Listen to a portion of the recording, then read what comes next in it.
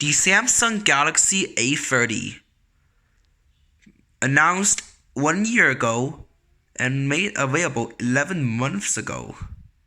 How does it still hold up in 2020?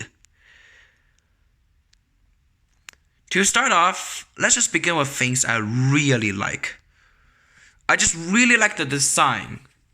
The moment I picked it up, it just feels like a huge refresh from the thick 8.4mm phones that always been the trend.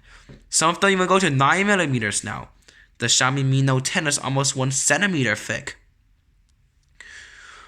But even though at this thin, we're talking about 7.7mm thick, they can still fit a 4000 mAh battery here and a headphone jack. The device I have here is the black model, but you can see the back just reflects some light here, and it's covered up in fingerprints now. The entire mid-frame and the back of this device is polycarbonate, which is basically a fancy word for plastic, and which Samsung calls glasstic, which is basically plastic, but it looks like glass. Now, this is just as easy to pick up fingerprints as glass, but it is just extremely scratchable. Now, hopefully, I did not get any scratches here yet. Hopefully. Okay, there are no scratches. Good. And especially, there's no case on it. So definitely put a case on it if you don't want scratches on your phone. I'm just gonna tell you that right away. In the right side, you have your volume buttons and your power buttons, and they're not the clickiest ones around, but who cares about that? In the bottom, you have your USB-C port, headphone jack, speaker, and your call microphone.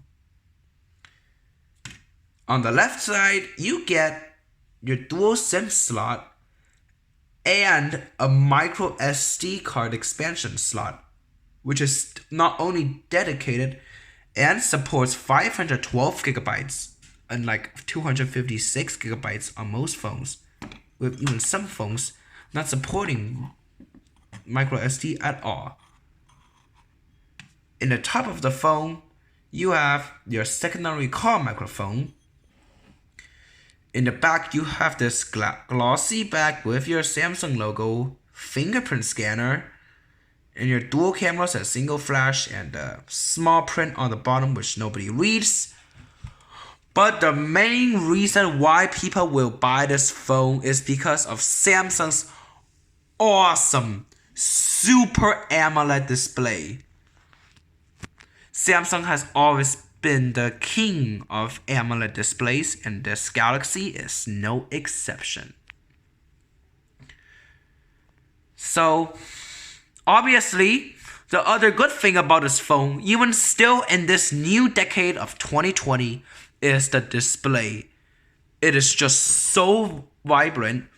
The blacks are so deep because the pixels are off. The colors are so contrasty, and you combine that with dark mode, and it will save battery by a whole lot. Sure, there's this chin on the bottom which not many people like, but if you go into an app like this, you see that the notch is being used for the notifications bar. If you really still don't like the notch, you can just flip it landscape, and the entire left bezel will be blacked out, and it will look like a stretched Galaxy S9 Plus. Now, this is actually a bad thing for me because I am someone that uses my hand horizontally. I record videos horizontally, not vertically. So, seeing apps just blacked out like this is kind of annoying. But hey, at least the bezels are equal and it gives me some room to rest my fingers on. The display is extremely awesome with this, but unfortunately, that is the only thing that's awesome about this. I wouldn't even say the design is that awesome just because it's all made out of plastic. So let's get into some things that Samsung did not do. The processor. Even when this phone was launched, this processor was highly criticized, and that's true still today.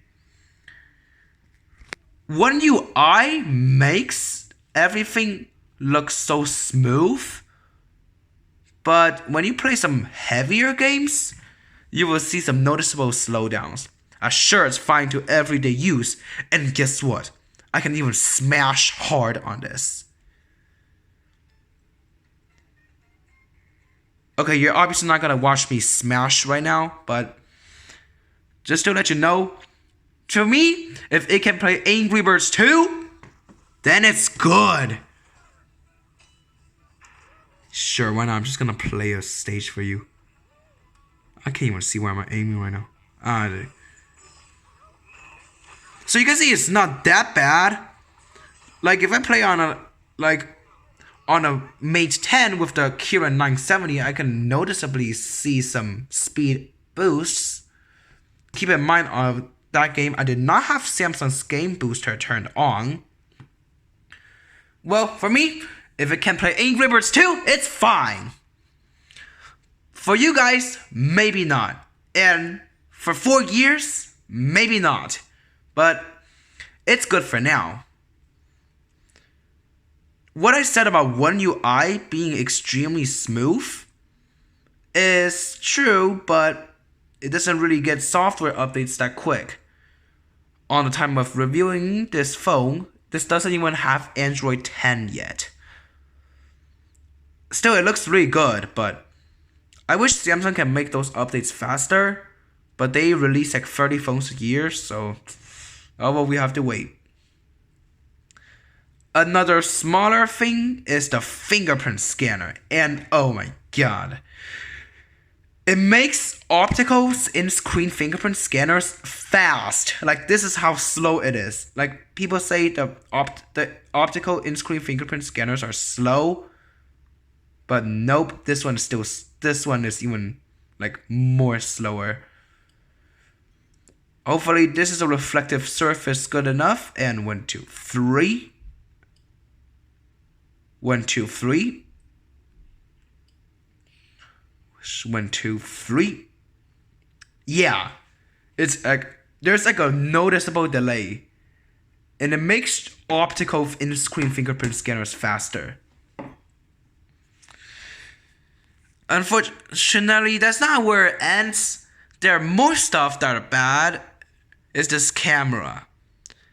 Now remember what I said earlier about this dual camera?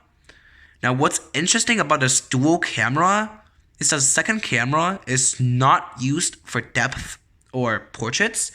It is actually a wide angle camera. For your main camera, you have a 16 megapixel shooter at f1.7 and a 5 megapixel camera, which is the wide angle at f2.2. The photos taken out of this phone are okay, but nothing mind-blowing. Now, I have some photos to show you. Just gonna keep the focus out of range for a sec. I don't have any photos of the outside. Now, if you're taking photos of the outside, they actually look good. Now, here, just some photos here of what I did in my spare time, aka drawing this, because I got distracted while doing this worksheet. Special right triangle fun. Yeah, I know it's so fun. You just find the variables. It's so fun. Oh, I know this is the double of that. So I put 8. Yeah, so fun. Okay, anyways, I basically took a picture of that. Now this is in low lighting. This is not gonna be the lighting you see in this video right here. Auto rotate sucks. Sure, why not like this? Alright, so, come on. Sure, why not? Okay, so it looks noticeably less contrasty than what it actually is. And when you switch to the ultra wide or wide, depending how you call it, it gets even worse. You try to zoom in on the details, and everything just becomes super blurry. Of course, nobody's gonna zoom in that much, but even this, I can barely see the pencil marks I made. Like, I made pencil marks here, and this is just, yeah, disappointing. So, in short terms, don't use your wide angle camera in low light situations. So, I turned the light on. Now, the light is actually gonna overexpose this, and let's just see how this camera deals with overexposure. Now, this is the main camera. You can see, it's actually usable. Keep in mind that all of these photos have Samsung's software improvement on. Yeah, that actually looks usable. The ultra wide, it's still lacking detail, which is very disappointing. So, again, don't use ultra wide for really bright or really dark environments. But what this phone has is really good is actually the front camera, and now you get to see my face that I do not permit any of you for sharing on social media. If you do share my face on social media, I will report you. But here you can see my face here in this video. The front selfie camera is 16 megapixels and it's actually really good. What's interesting about this front camera is there is a wide option, which doesn't make a huge difference, but I just wanted to point that out.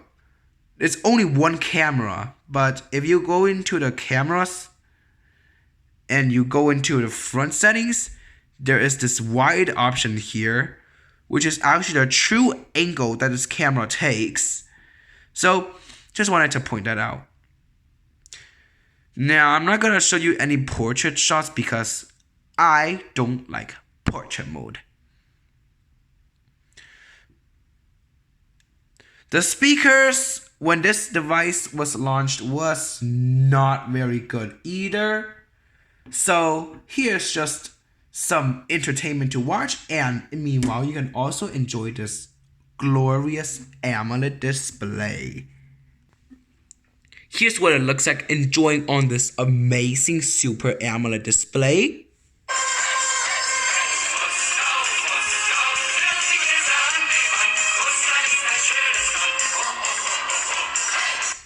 So, I put the speakers at max volume and you can definitely hear some distortion. This is not what the actual song looks like. If you want to listen to this amazing communist song, it's called Moscow, Moskau, by this Chinggis Khan. But I'm not going to talk about a song. So, like you saw, the blacks were extremely deep, but the speaker is just a weak point. There is a 3.5mm headphone jack though, but I'm not an audiophile. I don't test audio quality that much. So, I have no idea how the headphone jack sounds. I have even never plugged in headphones in here before. So, that's about it for the Galaxy A30.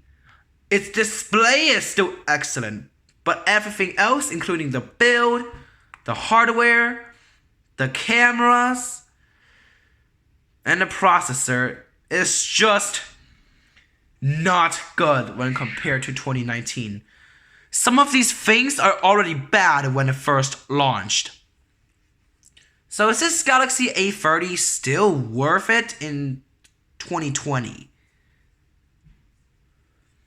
The version I have is the 4 gigs RAM and a 64 gig version. For the 3 gig RAM and 32 gigabyte version, you can get it for $210, $220. If you're in the US, that is a good deal. But if you're in other countries, especially Asian countries, where Chinese companies still have a presence there, then this is just probably not gonna make a cut. If you don't game and you want an excellent Super AMOLED display, go for you should go for this. But 210 to 220 in here in the US, it's just really not gonna make a recommendation unless if you're just in the US.